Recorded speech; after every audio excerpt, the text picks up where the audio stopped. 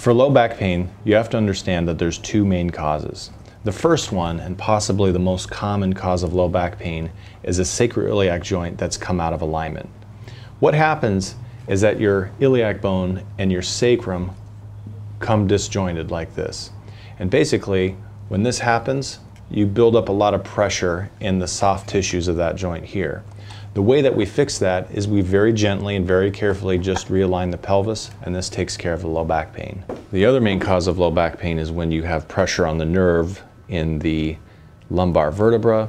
This can happen two ways. One way is the bones just simply coming out of place, and the other way is by a disc coming out of place, putting pressure on the nerve. In the case of a lumbar disc herniation, we would put you on our VAX-D table. And the VAX-D table basically decompresses the disc, pulling the material back in off of the nerve root. In the case of a simple misalignment, what we would do is just perform a very gentle chiropractic manipulation to the low back, aligning the vertebra and taking pressure off of the nerve roots.